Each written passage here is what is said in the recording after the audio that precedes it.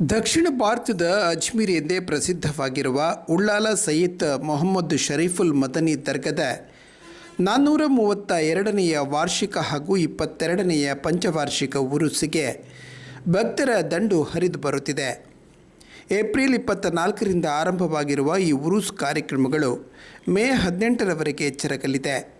24 ದಿನ ಉರುಸ್ಗಾಗಿ ಇಡೀ ಉಳ್ಳಾಲವೇ ಶೃಂಗಾರಗೊಂಡಿದ್ದು ವಿದ್ಯುತ್ ದೀಪಾಲಂಕಾರದಿಂದ ಜಗಮಗಿಸುತ್ತಿದೆ.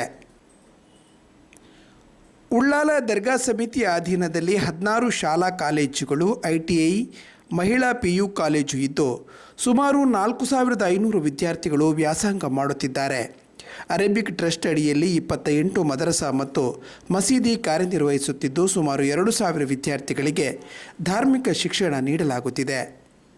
ಈ ಬಾರಿ ಸುಮಾರು 10,000 ಮಂದಿ ಏಕಕಾಲಕ್ಕೆ ನಮಾಜು ಮಾಡಬಲ್ಲ ನೂತನ ಮಸೀದಿ ನಿರ್ಮಾಣಕ್ಕೂ ನಿರ್ಧಾರ ಮಾಡಲಾಗಿದ್ದು, ಶಿಲಾನ್ಯಾಸಕ್ಕೆ ರಾಜ್ಯದ ಮುಖ್ಯಮಂತ್ರಿ ಸಿದ್ದರಾಮಯ್ಯ ಅವರು ಆಗಮಿಸಲಿದ್ದಾರೆ ಎಂದು ಉಳ್ಳಾಲ ದರ್ಗಾ ಸಮಿತಿಯ BJ ಹನೀಫ್ ಹಾಜಿ ಹೇಳುತ್ತಾರೆ.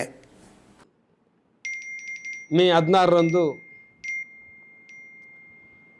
ಸಾಮರಸ್ಯ ಮತ್ತು ಭಾವೈಕ್ಯತ ಕಾರ್ಯಕ್ರಮದ ವೇದಿಕೆಯಲ್ಲಿ ಕರ್ನಾಟಕ ರಾಜ್ಯದ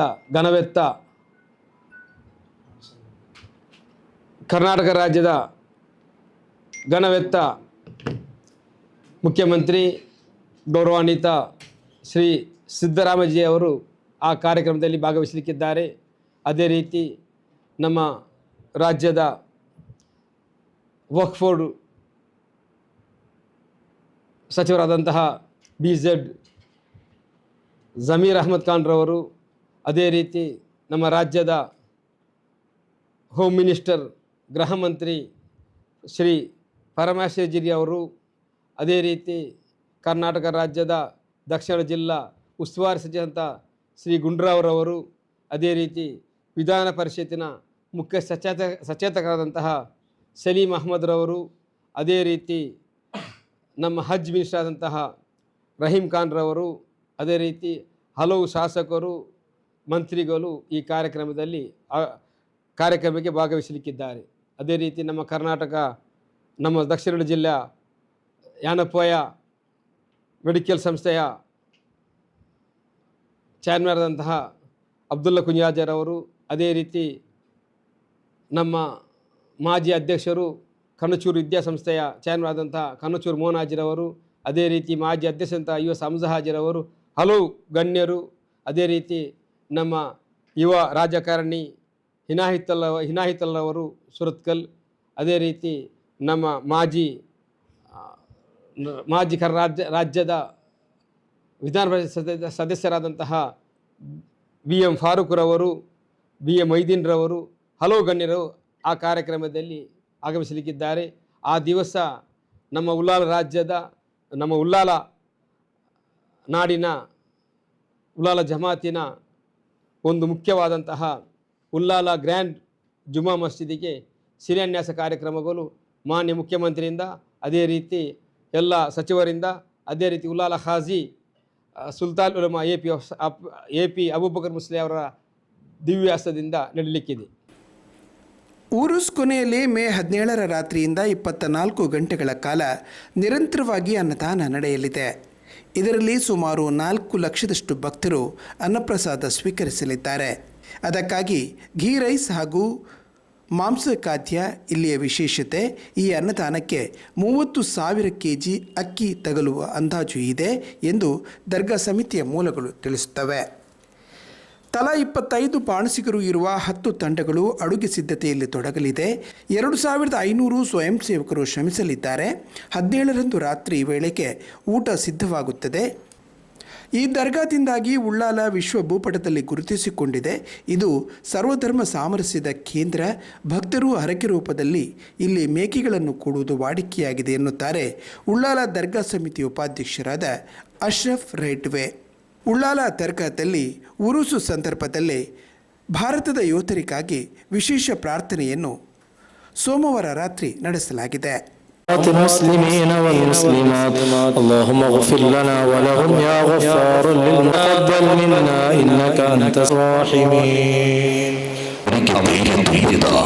ಅವರ ತ್ಯಾಗವನ್ನು ಸ್ಮರಿಸುತ್ತಾ ಈ ಪ್ರಾರ್ಥನಾ ಸಂಗಮದಲ್ಲಿ ಪ್ರವಾದಿ ಸಲ್ಲಲ್ಲಾಹು ಅಲೈಹಿ ವಸಲ್ಲಂ ರವರು ಮತ್ತು ಅವರ ಅನುಯಾಯಿಗಳನ್ನು ಸ್ವಂತ ಹುಟ್ಟಿದ ನಾಡಿನಲ್ಲಿ ಬದುಕಲು ಬಿಡದೆ ಮದೀನಕ್ಕೆ ಪಲಾಯನ ಮಾಡುವಂತಹ ಮಕ್ಕಾದ ಕುರೈಶಿಗಳು ಮಾಡಿದಂತಹ ಸಂದರ್ಭದಲ್ಲಿ ಮದೀನದಲ್ಲಿ ಹೋಗಿ ಇಸ್ಲಾಮಿಕ್ ರಾಷ್ಟ್ರವನ್ನು ಸ್ಥಾಪಿಸಿ ಅಲ್ಲಿ ಕೂಡ ನೆಮ್ಮದಿಯನ್ನು ನೀಡದೆ ಮದೀನದ ಮುಸ್ಲಿಮರಿಗೆ ಉಪದ್ರವನ್ನು ತೊಂದರೆಗಳನ್ನು ಕಿರುಕುಳವನ್ನು ನೀಡಲು ಪ್ರಾರಂಭಿಸಿದಾಗ ಅಲ್ಲಾಹನ ಆಜ್ಞೆಯಾಗಿ ಆಗ್ತದೆ ಉದಿನ ಲಿಲ್ಲದೀನ ಯುಕಾತಲೂನ ಬಿಅನ್ನಹುಂ ದುಲಿಮು ವಇನ್ನಹು ಅಲಾ ನಸ್ರಿಹಿಂ ಲಕದೀರ್. ಮದೀನದಲ್ಲಿ ಇರುವಂತಹ ರಾಷ್ಟ್ರವು ಅದು ಮುಸ್ಲಿಮರ ಮಾತ್ರ ರಾಷ್ಟ್ರವಾಗಿರಲಿಲ್ಲ. ಮುಸ್ಲಿಮರು ಇದ್ದರು, ಯಹೂದಿಗಳಿದ್ದರು, ಇನ್ನಿತರ ಧರ್ಮದವರಿದ್ದರು. ಎಲ್ಲರನ್ನೂ ಸೇರಿಕೊಂಡಿರುವ ಇಸ್ಲಾಂ ಧರ್ಮದ ಪ್ರವಾದಿವರ್ಯರಾದ ಮುಹಮ್ಮದ್ ರಸೂಲುಲ್ಲಾಹಿ ಸ್ವಲ್ಲಲ್ಲಾಹು ಅಲೈಹಿ ವಸಲ್ಲಂ ಅವರು ಆಡಳಿತಾಧಿಕಾರಿಯಾಗಿ ರಾಷ್ಟ್ರದ ರಾಜರಾಗಿ ಇರುವಂತಹ ಆ ರಾಷ್ಟ್ರದ ಮೇಲೆ ಆಕ್ರಮಣ ಮಾಡಲು ಪ್ರವಾದಿವರ್ಯರನ್ನು ಕೊಲ್ಲಲು ಕುತಂತ್ರಗಳನ್ನು ಎಣೆದಾಗ ಪ್ರವಾದಿ ಸಲ್ಲಲ್ಲಾಹು ಅಲೈಹಿ ವಸಲ್ಲಂ ಅವರಿಗೆ ಅಲ್ಲಾಹನು ಅನುಮತಿ ಇತ್ತನು, ನೀವು ಇನ್ನು ಪ್ರತಿರೋಧ ಮಾಡಬಹುದು, ಆಕ್ರಮಣ ಮಾಡಲಲ್ಲ, ಪ್ರತಿರೋಧ ಮಾಡಲು.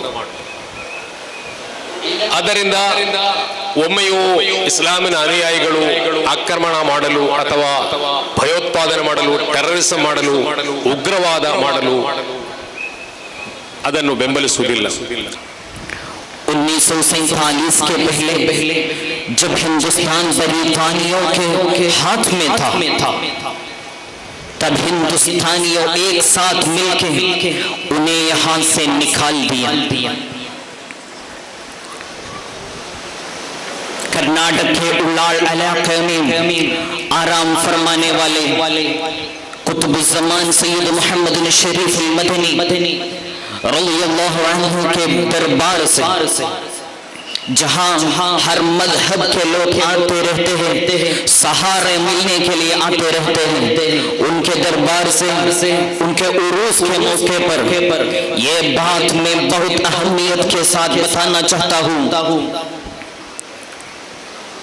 हमारे आबा और अजदाद ने जो किरदार जंगे आजादी में अदा किए हैं वही है हमारा नमूना, वही होगा हमारा नमूना.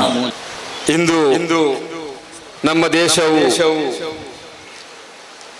ಯುದ್ಧದ ಕಾರ್ಮೋಡದಲ್ಲಿದೆ. ಕಳೆದ ತಿಂಗಳು 22ರಂದು ಕಾಶ್ಮೀರದ ಪಹಲ್ಗಾಮದಲ್ಲಿ ನಡೆದ ಉಗ್ರಗಾಮಿಗಳ ಅಟ್ಟಹಾಸವನ್ನು ನಮ್ಮ ದೇಶವು ಉಗ್ರವಾಗಿ ಖಂಡಿಸುತ್ತದೆ. ಅದೇ ರೀತಿ ನಮ್ಮ ಉಲ್ಲಾಲ ಕೇಂದ್ರ ಜುಮಾ ಮಸೀದಿ ಜಮಾತಿನ ಎಲ್ಲ ಸದಸ್ಯರು ಕೂಡ ಈ ಉಗ್ರಗಾಮಿಗಳ ಅಟ್ಟಹಾಸವನ್ನು ಉಗ್ರವಾಗಿ ಖಂಡಿಸುತ್ತಾ ಈ ದೇಶದ 1947ರಲ್ಲಿ ಈ ದೇಶವು ಸ್ವಾತಂತ್ರ್ಯವಾಗಲು ಅಂದು ಸ್ವಾತಂತ್ರ್ಯಕ್ಕಾಗಿ ಹೋರಾಡಿದ ನಮ್ಮ ಈ ದೇಶದ ಹುತಾತ್ಮರನ್ನು ನೆನಪಿಸುತ್ತಾ ನಾವು ಈಗ ಹೇಳಿರುವುದು ಒಂದೇ ಒಂದು ಮಾತಾಗಿದೆ. ಈ ದೇಶದ ಯೋಧರು ಸೈನಿಕರು ನಮ್ಮ ದೇಶಕ್ಕಾಗಿ ಪ್ರಾಣ ತ್ಯಾಗವನ್ನು ಮಾಡ್ತಾ ಇದ್ದಾರೆ. ನಮ್ಮ ಈ ದೇಶದ ನಮ್ಮ ಸರ್ಕಾರವು ಈ ದೇಶದ ರಕ್ಷಣೆಗೆ ಭದ್ರತೆಗೆ ಧಕ್ಕೆ ಬಂದಾಗ ಈ ದೇಶದ ರಕ್ಷಣೆ ಈ ದೇಶದ ಭದ್ರತೆಯನ್ನು ಕಾಪಾಡುವ ಜವಾಬ್ದಾರಿ ಕೇಂದ್ರ ಸರ್ಕಾರಕ್ಕಿದೆ. ಕೇಂದ್ರ ಸರ್ಕಾರವು ಘೋಷಿಸಿದ ಈ ಯುದ್ಧಕ್ಕೆ ಭಾರತೀಯರಾದ 130 ಕೋಟಿ ಜನರು ನಾವು ತಯಾರಾಗಿದ್ದೇವೆ. ಕೇಂದ್ರ ಸರ್ಕಾರದೊಂದಿಗೂ ಅದೇ ರೀತಿ ನಮ್ಮ ದೇಶದ ಸೈನಿಕರೊಂದಿಗೆ.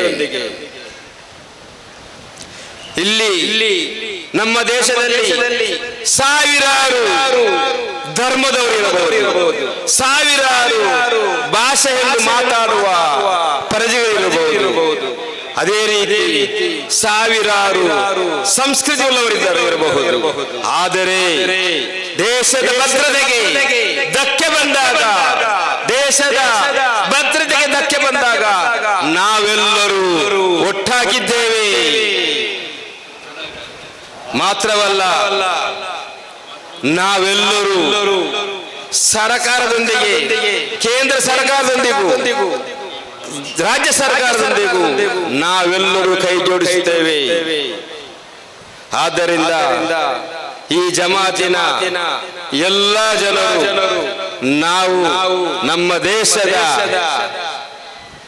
ಸೈನಿಕರಿಗೆ, ಯೋಧರಿಗೆ, ನಮ್ಮ ಮುಸಲ್ಮಾನರ 5 ವಕ್ತಿನ ನಮಾಜಿನ ಪ್ರಾರ್ಥನೆಯಲ್ಲೂ ಅವರೆಲ್ಲರನ್ನು ಸೇರಿಸಬೇಕು. ನಾವೆಲ್ಲರೂ ದೇಶದ ರಕ್ಷಣೆಗೋಸ್ಕರ ಈ ದೇಶದ ಸೈನಿಕರಿಗೆ ಪ್ರಾರ್ಥಿಸೋಣ ಅಂತ ಹೇಳ್ತಾ ಬಂದಿದ್ದೇವೆ. ಬದರ್ನಲ್ಲಿ ಶತ್ರುಗಳು ಹೊರಟು 350 ಕಿಲೋಮೀಟರ್ ದಾಟಿದ ನಂತರವೇ ಮುಸಲ್ಮಾನರು ಯುದ್ಧಕ್ಕೆ ಹೊರಟರು. ಅಂದ್ರೆ ಯಾವತ್ತು ಯುದ್ಧ ಎನ್ನುವುದು ನಮ್ಮ ಮೊದಲ ಆಯ್ಕೆ ಅಲ್ಲ. ಭಾರತ ಕೂಡ ಅದನ್ನು ಯುದ್ಧ ಹೇಳ್ತಾ ಇದೆ. ನಾವಾಗಿ ಯಾವತ್ತು ಯುದ್ಧಕ್ಕೆ ಹೋಗುವುದಿಲ್ಲ. ನಾವು ಶಾಂತಿಗೆ ಬದ್ಧ, ಅಗತ್ಯ ಬಂದರೆ ಸಂಘರ್ಷಕ್ಕೂ ಸಿದ್ಧ. ಆದ್ರಿಂದ ನಾವು ಈ ಸಂದರ್ಭದಲ್ಲಿ ನಾನಿಲ್ಲಿ ಹೇಳಬೇಕಾದ ಒಂದು ವಿಚಾರ, ಭಾರತ ಮತ್ತು ಪಾಕಿಸ್ತಾನ ವಿಷಯ ಬಂದಾಗ ಯಾವತ್ತು ನಾವು ಪಾಕಿಸ್ತಾನ ನಮ್ಮ ಶತ್ರುವಾಗಿ ನಾವು ಅದನ್ನು ಕಾಣ್ತೇವೆ. ಆದ್ದರಿಂದಲೇ ಪಾಕಿಸ್ತಾನದ ವಿರುದ್ಧ ನಡೆದ ಮೊತ್ತ ಮೊದಲ ಯುದ್ಧದಲ್ಲಿ ಮೊತ್ತ ಮೊದಲು ಜೀವ ಕೊಟ್ಟವರು ಯಾರು ಅಂತ ಕೇಳಿದ್ರೆ ಮುಸ್ಲಿಂ ಸಮುದಾಯಕ್ಕೆ ಸೇರಿದ ಅಬ್ದುಲ್ ಹಮೀದ್ ಎನ್ನುವಂತಹ ಒಬ್ಬ ಹವಾಲ್ದಾರ್ ಅಬ್ದುಲ್ ಹಮೀದ್ ಆಗಿದ್ದರು. ಇವತ್ತು ಮೊನ್ನೆ ನೀವು ನೋಡಿರಬೇಕು, ಮೊನ್ನೆ ಕೂಡ ಹಲವಾರು ಪರಮವೀರ ಚಕ್ರ ಪುರಸ್ಕೃತರಾದ ಅಬ್ದುಲ್ ಹಮೀದ್ ಹಾಗೆ ಹಲವಾರು ಮಂದಿ ಮೊನ್ನೆ ಕೂಡ ಜೀವವನ್ನು ಕೊಟ್ಟಿದ್ದಾರೆ. ಆದ್ರಿಂದ ಮೊಹಮ್ಮದ್ ಇಮ್ತಿಯಾಜ್ ಅಂತ ಹೇಳುವ ಒಬ್ಬ ಅಧಿಕಾರಿ ಪಾಕಿಸ್ತಾನಿಗಳು ಕೊಂದರು.